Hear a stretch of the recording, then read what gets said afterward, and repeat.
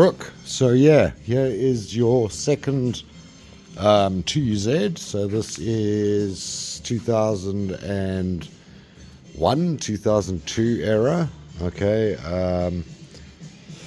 So it came from either a Tundra or a Sequoia, the original harness, right? And again, basically gone through it all. We've removed all of the automatic stuff, so no automatic transmission, manual application. Okay, gone through the harness. We have removed all of the, the Toyota spragging they put on. It tends to fail after a number of years.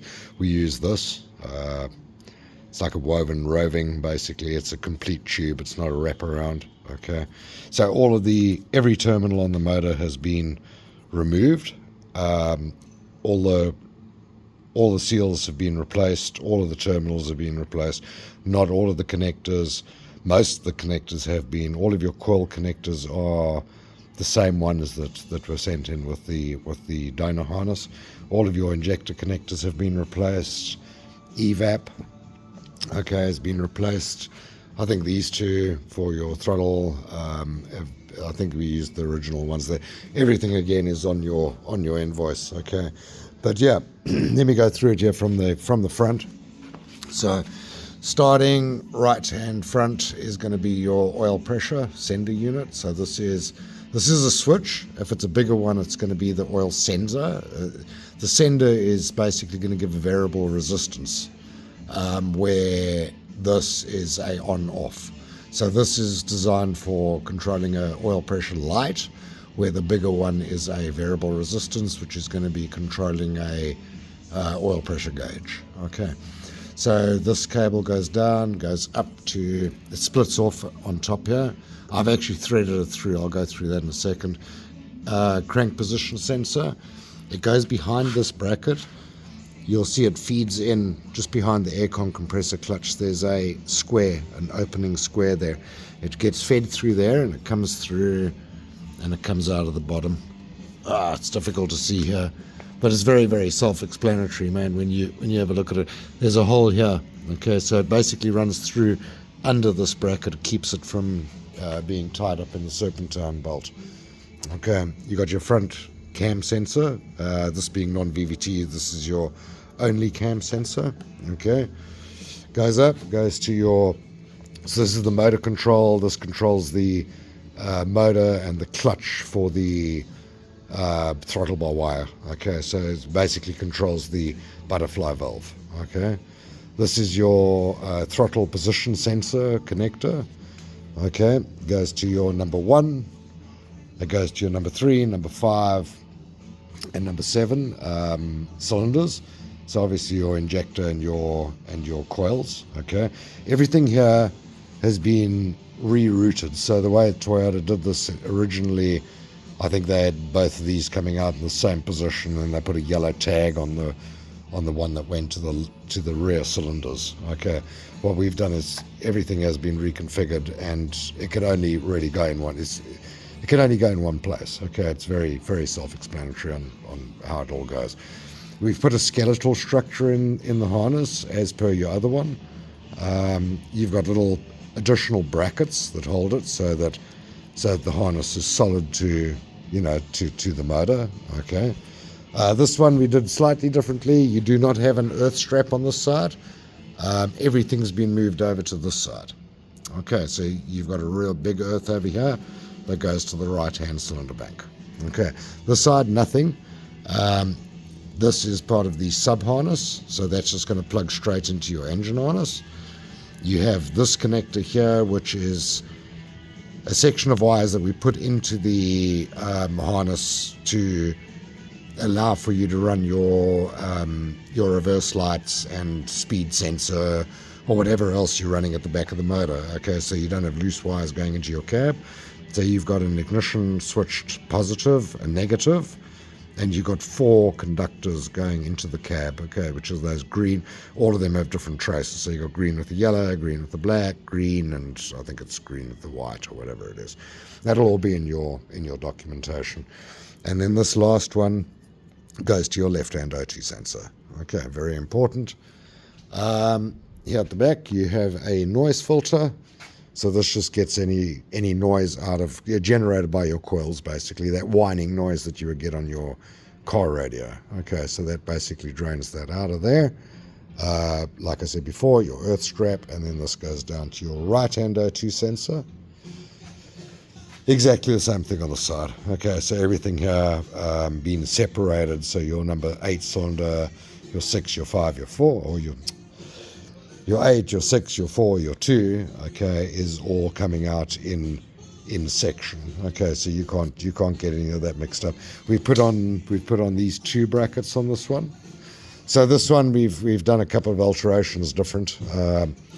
It's basically the same thing, but we enhance things all the time. We make things better and better. So yeah, it's real nice. It's good. It can only go one way. Again, this way you have your green EFI water temp sensor. These are first generation. The slot pattern on this is different to what we've got on the motor. So what we've done is just put in 2 bridge harnesses or 2 bridge connectors. It's exactly the same sensor. They just changed it for different models. Okay, so that'll plug straight into your sensor.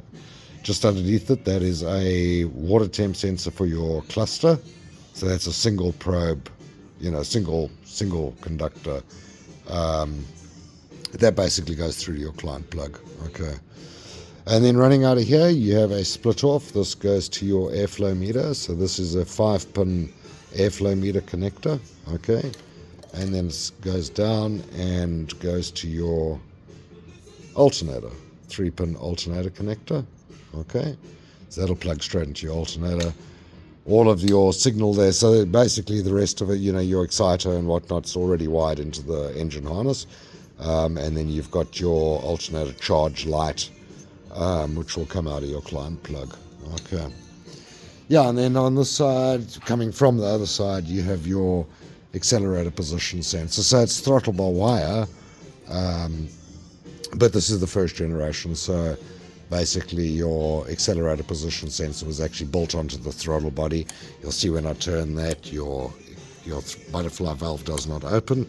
And then what they did is when you open it, that last section, it'll open a little bit, and that was, basically the idea of limp mode, that you can at least get to a service station. Okay, but they don't give trouble. They're very, very, they're actually very reliable. We've put another skeletal structure in here, so, you don't have any floppy wires. Cable tie, all of these original Toyota brackets they always break, so yeah, we just put a stainless steel bar in there, and it keeps everything nice and won't chafe or rub against anything and cause damage. Okay, coming out, you got your T junction, goes to your fuse block. Same thing as before. We've done, like you can see here, we've changed our LED setup. So you've got your ignition, you've got your which way I'm so used to looking at everything from the back.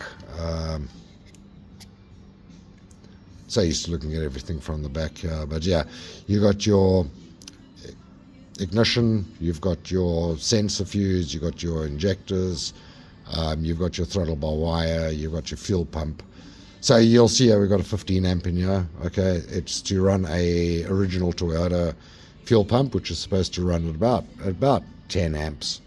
Okay, a lot of guys put in these big pumps and whatnot, and then they end up with, it's not a short, but what it is overcurrent. So what happens is it starts heating up, a terminal or whatever, and you end up with heat generation. Then we've got 2 different systems for running that. You've got a positive and you've got a negative trigger. We'll get into that in the client plug, but yeah, so you're talking 15 amp max on your power output onto the client plug. Okay. Otherwise, you can have a negative trigger, which is going to do all of the,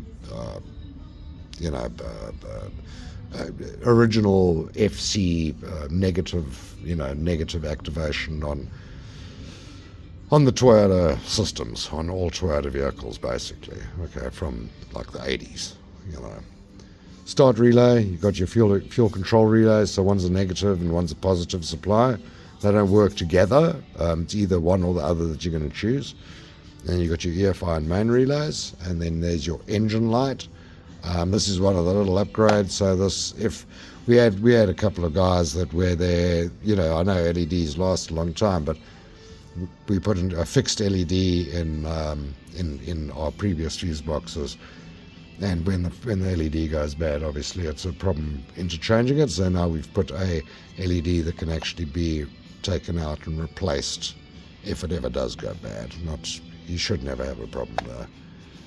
And then here you got a split off, and that goes through to your battery. So this is a red cable. I think it's an 8 gauge that'll go through directly to your battery positive. Okay, and that's your main power supply for the system. Goes back, goes through your firewall grommet, goes down and goes to your ECU. So your ECU, this has been rewired as a Sequoia 2001-2002. We've put a performance tune on there. We have flashed out the immobilizer. We have removed evap, second O2, and all of your transmission stuff. So this is set up for manual application. You should have no error codes on there whatsoever, unless something's wrong on the system. You have this connector over here with a patch harness that we give you that plugs into it. You've got about 5 feet of cabling, and then on the end of that you have your OBD2 connector that you can install into your dashboard for future live data or reprogramming, so on and so forth. So all of that is available for you. This 4-pin connector here are the 4 these are the 4 conductors that come from your transmission side. So that plug at the back of the motor, your return cables, so whatever you use them for, reverse lights, whatever, is going to be, this is where you're going to tap into those. So speed sensor, reverse lights, whatever you want to do there, right? You've got 4 conductors coming from the back of the motor into your cab. And then you got your main client plug. So this is going to be your ignition, your start signal, your rev counter, you got your temperature gauge, you got your oil light, you got your charge light, you got your engine light, you got your aircon, compressor, clutch. That blue with the white is your negative trigger if you are going to use a Toyota fuel system, okay, or a negative trigger for a fuel system. And then the positive is a positive supply for the fuel pump. 2 separate systems, okay. So most people are going to ignore the blue with the white because they put these engines into everything. If you're doing a Land Cruiser and whatnot, you're going to use the blue with the white. You're going to ignore the red. You're going to forget about that because that's a positive supply. You don't need that to trigger the original fuel system in a Toyota. You need the FC, which is going to be a negative. Okay, so that's all in the documentation. You'll get a link to exactly what is going on in this plug and how to connect everything. And if you've got any questions regarding any of that, you let us know and we will guide you through that. Obviously, you get a fuse box lid with this, exactly the same as your previous harness. I don't think we've put, here it is over here. So we haven't put on the labeling for it yet, but there you go. So that'll be put on there with all of the branding and labeling. Okay. And then, I'll put on the intake system, plug in the airflow meter, and we will do a test run for you. Broke. Okay, so I have put on the air intake tube. I plugged in the airflow meter. I've gone through all of the the ventilation, block ventilation system on the previous video with you. But so that one again connects to that tube over there. Okay, make sure that it's connected between your throttle body and your airflow meter. Again, it needs to be calculated by the airflow meter. It's going to be pulled into the motor at the end of the day, so that has to be calculated. Okay, this here, so you got this is the LED. This is an engine light that will switch off if there are no errors once we start the engine. So same as a normal OEM vehicle. Sorry, man, I'm putting my finger over that because it's pretty bright. But Yeah, there's no errors. That light will switch off once we start the motor. It's only on when your ignition's on and the engine's not running. Okay. And then your diagnostics, we have, let's see there. So Toyota Sequoia, same family. There it is, North America. It's going to be 2002 8-cylinder 2UZ. And I'm going to quickly, there we go, and we will do a DTC scan for that. We obviously can't check ABS and stuff like that because it's not on the engine itself. And you have no errors. Okay. I'm going to quickly run her and then we'll come back to this and do a quick scan again. I can't run her for very long. I do not have a cooling system on here. But yeah, she should start up. I actually, again, have not started this. So yeah, let's hope that everything's all plugged in properly. Crank up the fuel pressure and away we go.